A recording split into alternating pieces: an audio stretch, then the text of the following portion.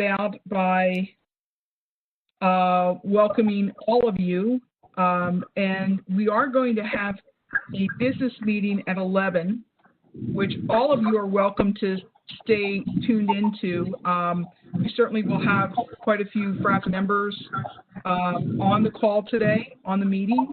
But for those of you that may, want to know a little bit more about FRaBSA and hopefully think about joining, we certainly invite you to stay tuned in. It'll be a relatively short meeting, about a half hour, and we'll cover a lot of ground. So again, it'll kind of, I think, give you a good overview of who we are, what we're about, and even meet some of our chair members and current board members.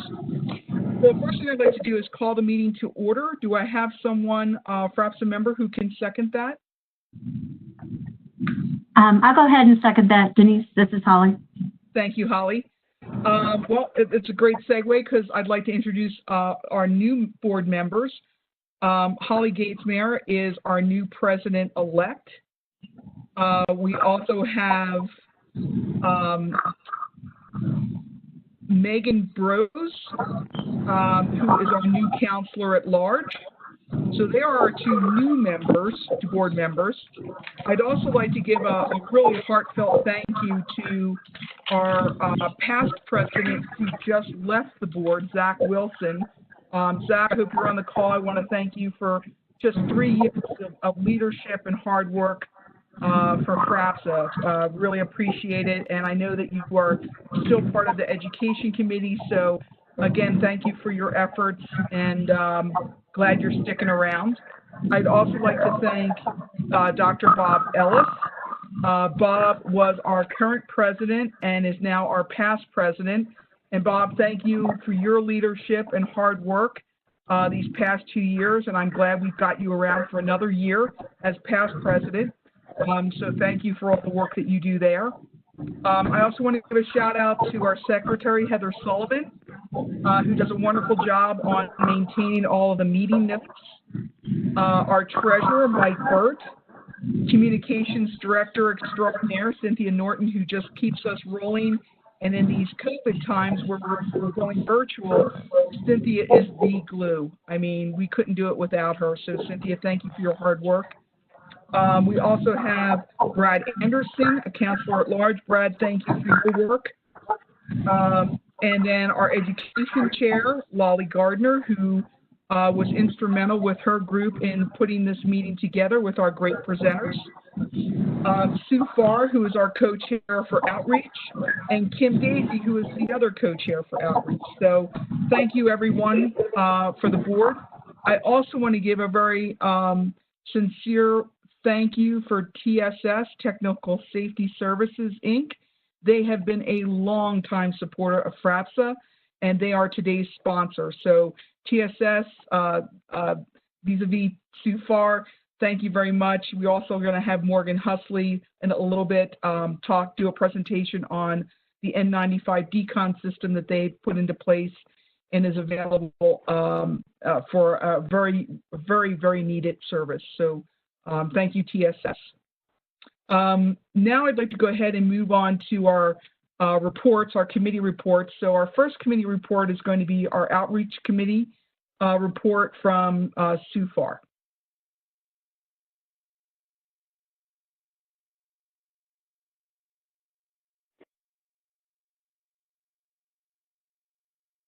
All right, I think you can hear me now. I can hear you on my end, Sue. Super. So committee report is going to be fairly brief, just because so many of our committee members are actually involved in other symposium committees. We typically meet 10 a.m. the second Thursday of every month via GoToMeeting, but we didn't meet in July or August for the symposium committee reasons. But some of the progress that has been made, and let me back up and first thank our committee members, because this is a committee that's quite active. We have Cindy Norton from UCCS, we have Lolly Gardner, MIR Global, Mike Burt from Air Filter Solutions, and Denise with CU Anschutz that all sit on that committee. that's chaired by Kim and I. Our LinkedIn FRaBSA group, we're looking to build that membership. So please reach out to the group, Front Range Biological Safety. And if you can't find it, please reach out to me on LinkedIn. The FRaBSA Facebook page is monitored by Cindy and Lolly. And the newsletters, we do 2 a year. And Cindy is looking for items or articles to contribute there. Our meeting sponsors are set through spring of 2021. And we're now coordinating with FRaBSA affiliates for promoting our events. So thank you to Mabion and Bionet. And I think that does it for me, Denise. Okay, Sue, thank you very much. I'm sorry, guys, I forgot to introduce myself in the beginning. I am Denise Donnelly.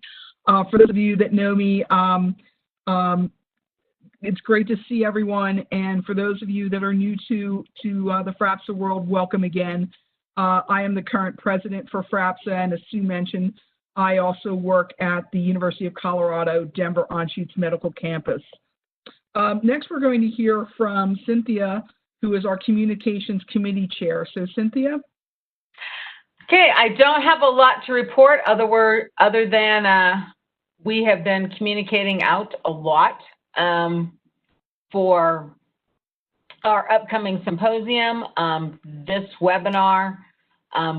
We're always looking for feedback, so please provide that about how things worked. We're still learning this process and fine-tuning how we go about doing this stuff. So that is about all I have to report. Okay, thank you, Cynthia. Next, we're going to hear from Mike Burt. He is our treasurer. So, Mike, take it away. Okay. Good morning, everybody. Happy COVID Friday. So the current balance right now in our checking account, available balance is $11,489.71. We've got some money that's come to us through PayPal, and that is for the symposium sponsorship. So there's some of that will go into the symposium account, of which Denise and I had a conversation this morning, and we'll be updating that so that we can keep a closer account of what the money looks like. But we've received some support from Merrick, from Technical Safety Service, from BioBubble, and from LabConco. And I believe that's it. Have I left anything out that you're aware of, Denise? No, Mike, I think you've covered it all. Thank you very much. Okay. And thank you for keeping us on the straight and narrow of our finances. I'm going to talk a little bit about that under new topics and what that means for the FRaBSA members and moving forward with that money. Next up is Lolly Gardner from MRI Global. She is our Education Committee Chair. Lolly, take it away. Thank you, Denise. Can you hear me? Yes, I can. Thank you. I'm a little confused about the mute button. Thank you. It's good to be here Friday for this summer meeting of FRaBSA. I would like to thank our committee members, which are Holly Gatesmeyer, Bob Ellis, Casey Van Dalen, Christy Johnson, and myself. We've been working hard to get some good programming for the summer meeting and also the symposium. We meet twice a month right now, every other week on Tuesday afternoons. And, we're putting together a great lineup for our symposium, along with guest appearances by our current FRaBSA president. We'll be talking about some COVID breaking issues as we get closer to the beginning of October. Talk about the science behind COVID, And then breaking away from COVID, we're going to talk a little bit with companies that are doing startups and how they are associated with universities. And then coming back to COVID and talking about how to disinfect PPE, and then even having a session on lessons learned throughout this pandemic. So we're continuing to solidify speakers and topics, and looking forward to the symposium later this year. And then we off planning our next event. So if anybody has a topic they wish to hear about at FRaBSA, give myself or somebody from the committee a jingle and let us know, and we're happy to get programming around that. So that's all I have, Denise. Thank you, Lolly, and thank you for you and all your committee members on the hard work that you do. Again, we wouldn't have anything to present today if it wasn't for the Education Committee, and same for the upcoming symposium. So now we've come to the place in the agenda for new topics, and I'm going to just do some shameless plugs here right now, and then at the very end in my closing comments about the upcoming virtual symposium that FRaBSA has been working hard at getting our speakers together. It is going to be on October 1st. It will be from 8 a.m. to 5 p.m. Mountain Time. We will have current information almost in real time on FRaBSA's website, which is www.frabsa.org. We also, as Mike mentioned, we have a very healthy savings in the FRaBSA Treasury. It took us about 10 years to get to this place, but this allows us to offer our members free professional development. One of the missions of our organization as a professional organization is to be able to offer real-time topic training for professional development. And, you know, we have a diverse membership, and we recognize that. We also recognize now in COVID times with doing virtual meetings that we have a very, very broad-based attendee list. So we are not just geared towards academics or academic institutions and that type of research. We go beyond that. We cross over into clinical settings, public health settings, hospitals, of course, the private sector with biopharma, and beyond that, our consulting companies in the private sector, our federal organizations, USDA, FDA, CDC, DOT. So we are very mindful of that. And so when we put together presenters and topics, we always have that in mind. So the upcoming symposium for our FRaBSA members, our current members, and those of you that can still join, the symposium will be free of charge. We're just able to do that. And the past 2 virtual meetings that we've had in April and now today, also able to offer free of charge. We also work closely with ABSA since we are an ABSA affiliate organization.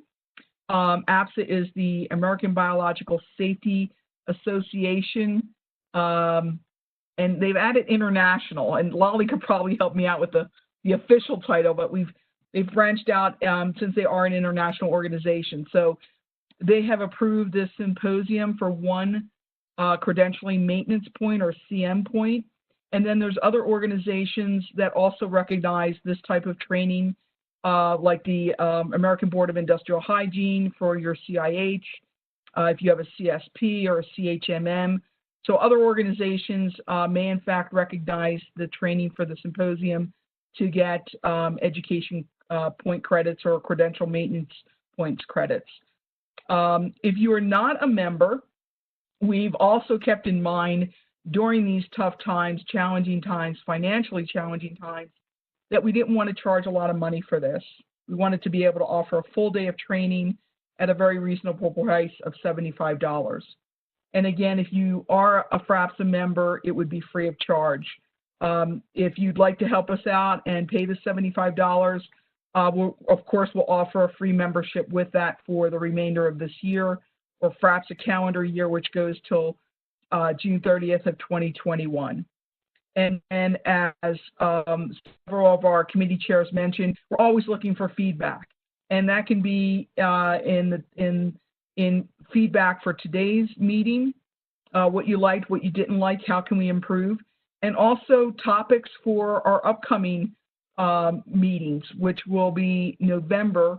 Sometime in early November, we will be offering our next FRaBSA meeting. We meet 3 times a year, and now, at least for the foreseeable future, we will be meeting virtually for November, and stay tuned for next April. But again, we will offer the same type of format with at least two plus hours of training. Again, there will be credential maintenance points offered for our meetings through FRaBSA, and we welcome any suggestions on presenter topics for November's meeting. I think that's about it for what's coming up with FRaBSA. I'll open it up to the rest of the board and certainly our membership if you'd like to plug anything or have anything to say.